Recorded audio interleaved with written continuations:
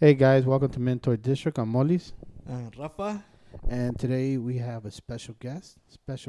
Introduce yourself. Hello, everyone. My name's Yasmín Ferrada. So, for people that are wondering why do we have Jasmine today when it's a Mentor District? Well, Mentor District, it's not only men, you know, it's just two guys. That's why we named it Mentor. Mentor, not because we're mentoring people, but two guys just traveling. That's all we're doing. We're traveling. Actually, it's both though. We're traveling to educate. Also, like we're not the mentors, Right. but we interview people who are maybe could be mentors or Right. are mentors. From the Or stories. there are people who listen, get ideas from them. It's like, Right. oh, I heard them in the Mentor District podcast, and I got an idea from there, or something clicked. Cool. Right?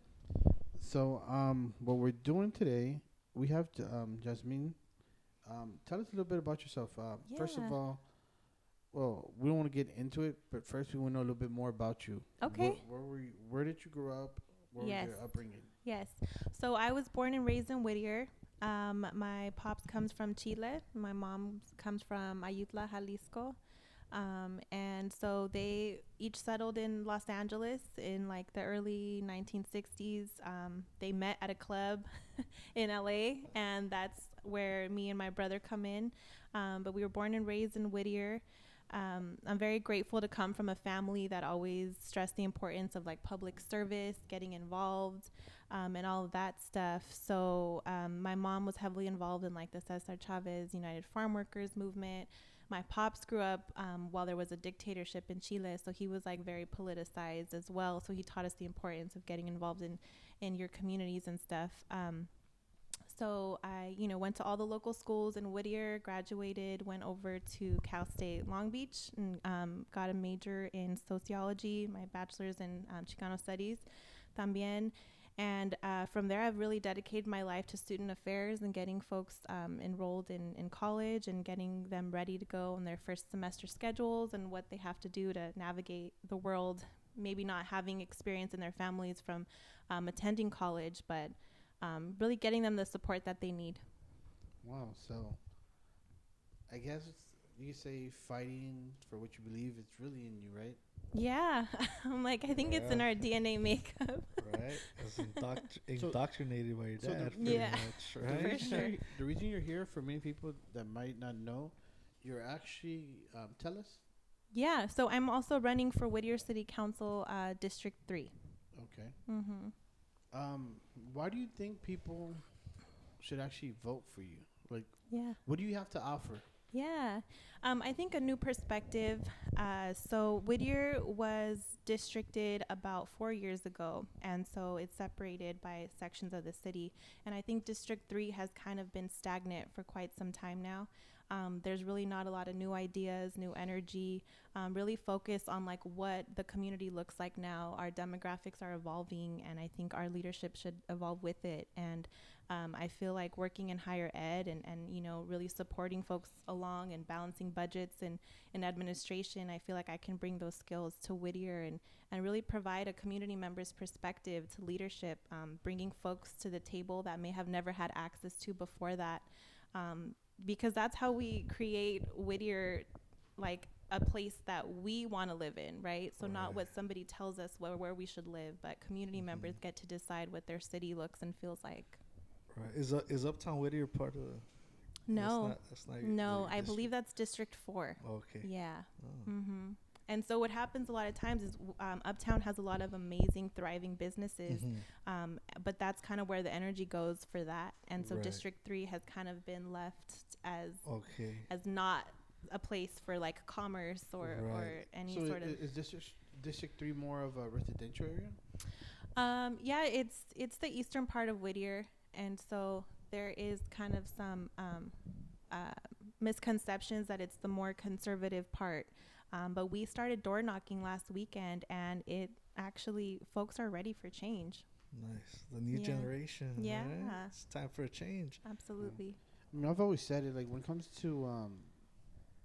to something local as this, I think it's always to have someone in place that you can relate to. Mm-hmm. You know, someone that really knows when you start describing the problems, the issues, You start telling them where the problems come from your as a resident. Mm-hmm. I think it's important because you need someone to identify with you. Mm-hmm. So when you're naming streets and people are like, well, I don't know exactly what you're talking about, but I'll Mhm. look into it. It's like, so how can I trust you? So, I mean, we're not here saying to vote for Jasmine. We're just opening up our platform. Yeah. And it's all based on you. But me, preferably, someone in my city, I would want someone that someone that Right. lives. Yeah. And someone with fresh ideas. Yeah. too. Yeah. Someone young. I mean, experience is good, Yeah. Mhm. And they always say, the most experience, we got to go for the older guy or this and this. But, especially with the strong woman empowerment movement that we have now, Mhm. and someone young, I think, Jasmine can bring a lot. Thank you.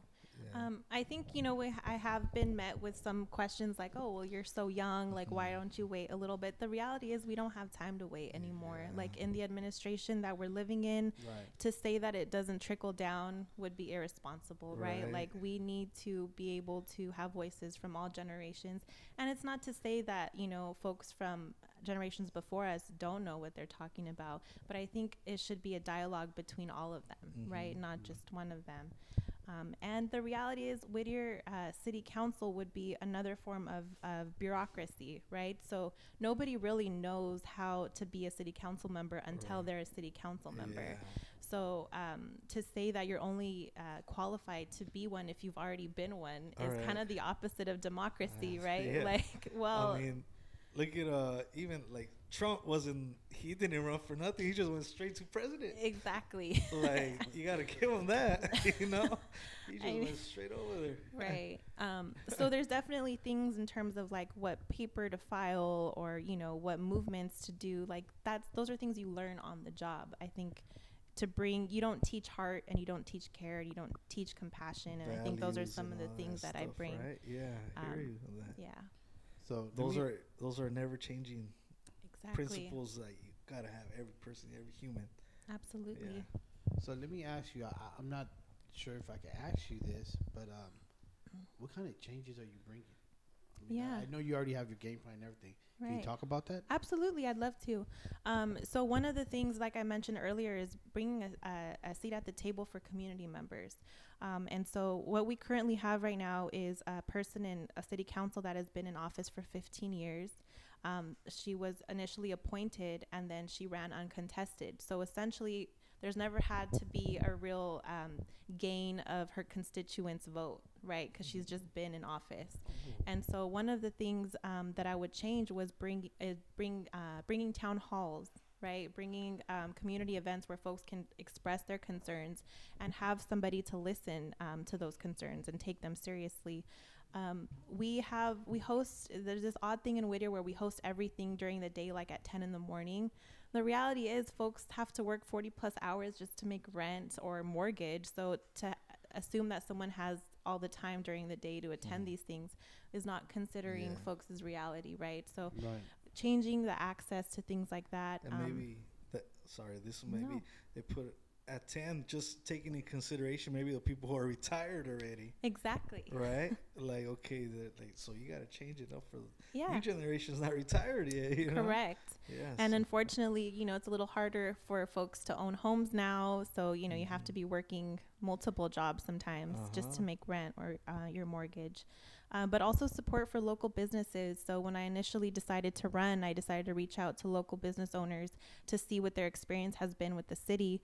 And, they expressed having to pay these ridiculous fees just to have like a poster outside of their restaurant, things like that. Just all this red tape that, for a business owner, you can't be successful if you don't market yourself. So to put like these punitive fees on them just trying to survive as a business doesn't seem like a supportive and welcoming place in District 3. Right. So those kind of things, kind of doing away with that. Like we have to support our local community members in economic success because then our whole city thrives. So that kind of thing. And, the homeless issue, Whittier has recently been met with, the homeless crisis has been ongoing in LA County, but we recently felt it more when we had encampments pop up in 2 areas of our city, one of them being in District 3. And the response to the city was just to sweep them and, take them out of community members I view and give them like vouchers to go to a motel. But the reality is that's not going to make the problem go away. It's just a band-aid. Yeah, and like it's going to cost us more as a city economically because they're going to return, right? And they're not going to receive the services that they require. And it's just going to be like a vicious cycle. So really coming up with a comprehensive resolution to that. Like we need places in our city where folks can go to receive that help when they need it. Yeah, here, because didn't LA just pass a law? I don't know if it's a law that you can't even be in, like, people are living in their cars can't be in parking lots or something like that, right? Yes. Like, where are they gonna go? Right. And and I had the big driveway, by the way. there you go. All right. 3-car garage, just in case anyone's wondering. Thanks, Rafa. Yeah, I'm open right there. Right. Yeah. You're like, don't share my address. Yeah, right. And he has a pool in the back. Yeah. Right. There you go. Side door doesn't have a lock, just in case you're wondering. Nice. But Rio Hondo actually, recently discovered that a lot of their students were homeless. Wow. And they were living in their cars, and they would park in the Rio Hondo parking lot, but they were getting ticketed or forced out because it was illegal. So Rio Hondo actually just passed the right for students to sleep in their cars on campus. Wow. And they're building a shelter for houseless students too, to be able to live there while they're going to school. So this is a real issue that our leaders have to take note of and be responsible in resolution making. And I don't think anyone's promoting stuff like this or notifying the residents or the students or. Right. Yeah, So, I didn't know about that. Yeah, that's pretty cool. Yeah. Yeah. Absolutely. Because when I was going to college, I was homeless for like 2 days. Over the weekend, I got home in a bad situation. My mom kicked me out. You were ditching. What are you talking about? You were So homeless. I was still living in my mom's Being house. in the beach for 2 20, days. 19, 20? Oh, wow. Yeah. So I was homeless. I had to go live to Rosarito in the beach. Oh yeah, that's But That was must a- have been tough. Yeah, right? that- It was, for you, it man. was, but for you. I got over it. I got over it. Me and my mom were good now. Yeah. That's good. You got your degree though, right? No, you know what? I can't talk about that because my son's here right now. But I was like, I think like a class short to get my degree. Oh yeah. Yeah. Wow. I'll probably go back. One day. I should go back. Yeah. Yeah, it's never too late. Yeah. Right? Yeah. I'll go back. So, Yasmín, now we're gonna go. We already know what you want to do, and hopefully you get there. We want people to get to know you a little bit better. Yeah. So you come home from work. Mm-hmm. What do you watch on TV? Okay, so Are you a TV person or? So I honestly, after this campaign started, I haven't had much time to watch TV, but I do this thing where I'm like working on my computer and I just have it playing in the background. But Scandal on Netflix is like it's called Scandal. I've never heard of it. No, it's so good. I've probably gone through the series like 3 times. Really? I'm not, super proud of that, but it's a great show. I'm watching. Have you heard of it? Molly doesn't like it. I love it. It's called Peaky Blinders. No, I've never heard of that. You got to see that show. Does it come on Netflix? Yeah, it's on Yeah, Netflix. it's on Netflix. Oh, It's already on season 4, and I barely found out about it. really? The thing about the show, the first 2 episodes are just like they're trying to introduce everyone so quickly that you lose interest. But once you get to the 3rd episode and you get sort of put people together, it gets a little interesting. So, it's not that I didn't like it. I just didn't like the first 2 episodes. I think they just rushed to introduce everyone. But see, I think you were trying to multitask, and that's not gonna work. Yeah, dude, I was on my phone. Especially with guys. Girls could do that. Yeah. But No, guys, we I can't can't. multitask. Yeah. We gotta I'm focus not on able the to, damn yeah. show. Yeah, I was on my phone and emails and everything, so that didn't Yeah, help. so that's not gonna work, man. And let me ask you, are you a foodie? I actually love cooking. Okay. So I love eating, but I love cooking as well. Oh, okay. So you're more of a cook. Yes. Because we were just talking off air. Because The pop-up. Yeah. Oh no. yeah. The kitchen's right there. We could just start Yeah. something right now, No, we were just talking about the we visited Chef Ted Montoya.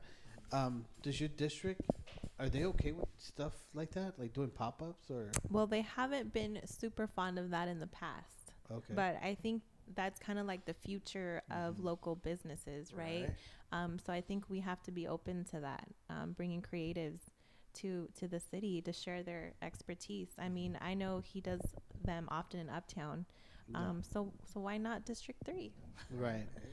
Yeah, because I mean, I was talking with Ted as well. You know, I told him, for me, you're not a chef. You know, you're an artist. Yes. And what you're doing is art. Absolutely. Because he's cooking stuff you heard of, but it's not a fusion, but it's just a modern way of doing stuff. And I think that's something that we need to introduce to our youth. Absolutely. You know, we got so into, you know, putting them in sports, which is good, but then there's other stuff, you know, to build their creativity. Especially for young men. I feel like young men are often like pushed into like, you know, football, soccer, basketball, all of that, right? Which is great, and it's a great form of like exercise and learning team dynamics, but their creativity is often not fostered. Because it's almost seen like a girl thing. I think growing up, boys are often pushed into more like sports and masculine, whatever that means, right? But we should definitely have that be something that we bring to our young men. So for all the chefs out there that want to come to Whittier, you guys need to start looking at Whittier 3, District 3. Yeah. Right. Yes. I'm pretty sure the community would love to have you guys. Especially after March when I get elected. There it is. Yeah, for sure. Yep. So what's the last book you read? Or what are you reading right now? I am reading Becoming by Michelle Obama. Okay. So she wrote a book about her experience in the White House, and it's actually super candid, and she's like super honest about how she really feels. You know how like first ladies can't really be super honest about what's going on. But yeah, this is it's super inspiring. Also, there's a book called New Beginnings by Eckhart Tolle, which is really I'm looking at Rafa. He's a reader. He's a reader. okay. I know. I've heard of Eckhart Tolle. Yeah, he's awesome. The Power of Now, right? Is that him? That's one of them. Yep. Yes. Mm-hmm. I read that one. That's a cool one. Which one's the last one you read, Molly's? Actually, this morning I went grocery shopping, so I was reading the ads. Anything good on there? Yeah. Okay. If you guys are interested, the sodas are $5.99. I think it's at. The aguacates, huh? Oh, you know what? Anything on sale? Or you know what? The avocados. See, a lot of people don't understand that politics is involved in everything. You know, for food. Absolutely. You know? Just like with Papa's, politics can say, hey, you know, you guys aren't allowed to sell here. Exactly. Because I don't really want to get into it, but you know that's why avocados are so expensive, because the avocados that we have here, a majority of them come from Michoacán, Mexico. So with the whole drug war and stuff like that going on, you know, Mexican politics or even the cartels are putting stop to the export or the import of avocados, and that's why you're paying. You know, I've gotten to pay up to like $2.99 for a medium-sized avocado. Right. But by the way, they're actually $2 for $1, but it's the Haas, the small one, not the big Okay. one. Just if anyone's wondering. Yep. No, that's so true. What's your favorite dish to cook? To cook? Yeah, to cook. Aguachiles or carne con chile. Carne con chile? It's like the It's not carne en su jugo, right? Well, I make that too, but carne con chile is like the go-to. Like your mom probably made it, your abuelita probably has the recipe down. It's just like chile with carne. No, It's bomb though. So I just had an idea right now. So after you get elected, you should do the first pop-up. Right? Oh, you should. Yeah. Council. Yeah, new generation right here. You'll be inspiring the chefs. You're inspiring women. Like that would be real good. I have to say I'm home trained though. I have not had any expert training, so that's okay. Who has expert training? Folks ask me for a recipe, I'm like, however much salt you could fit in your palm. That's even better, man. You send them a picture of your hands right out. Like just circle as much salt. Exactly. Well, people love that. Like, I don't know, just stir it, let me taste it. It needs a little more. Exactly. Right? Si está salado, saca la carne, rinse it out, and put it back in. So, what do you really want to see? What direction do you want to see Whittier? I mean, overall, not just your district. I mean, okay, so Whittier's go-to slogan is Whittier, your friendly town, right? Like that's what it was like back in the Quaker times. It was a Quaker town. But I think it's moving towards having it be that friendly town for everybody, right? Even the communities that may not have been welcome in the past. Recently, or actually just last week, Whittier Pride finally got approved for the first ever Whittier Pride in Whittier. And things like that, right? Like not everybody has to identify the same, like not everybody has to have the same politics, but it's about allowing everybody to live the way that they choose to live in their truth, and have it be a welcoming city, and a city that's open to new ideas and progress. Because, you know, we are the last city of LA County before we hit Orange County. Like we have to stand the fort of progress. Yeah, right. Because, you know, we battle often with, I mean, Orange County's starting to turn a little bit more blue thanks to Trump. But, you know, we have to really be that, that leader, and we have to start becoming that. Nice. Rafa, what else you want to ask? You're the one in Whittier. No, you know, I want to know. With the 4-car garage and a big driveway. I want to know about your podcast. You have a podcast too. I do. Right? I do. Yeah, it's called Café con Chisme. And my brother and I started it about 2.5 years ago. I was sharing with you earlier, we started with like a laptop and a mic you buy on Amazon. And from there, we've, you know, progressed, started recording out of Dash. But it's been an amazing experience, like getting to interview a lot of folks. And we've actually been hired by some colleges around the country to go and speak to them about that. So it's just been awesome. Yeah, we talk about like pop culture, society, societal issues, politics, everything, and we try to have fun with it. Yeah, because sometimes the news is really bleak and sad, so you want to make it. So what's the name of the podcast? Café con Chisme. Okay, where can they find it? On Spotify, Apple Music, or Apple Podcasts, and SoundCloud. Okay. Yeah. And what about your social media? Ferrada 2020 is our Instagram. And then if you want to find out more about my platform, you can head over to Ferrada, the number 4 Whittier, so ferradaforwhittier.com. And yeah, we have a Twitter, Ferrada 2020 as well. Okay. Yeah. So let me ask you, for residents of District 3 that would want to meet you like one-to-one. Yeah. Can they reach out? Absolutely.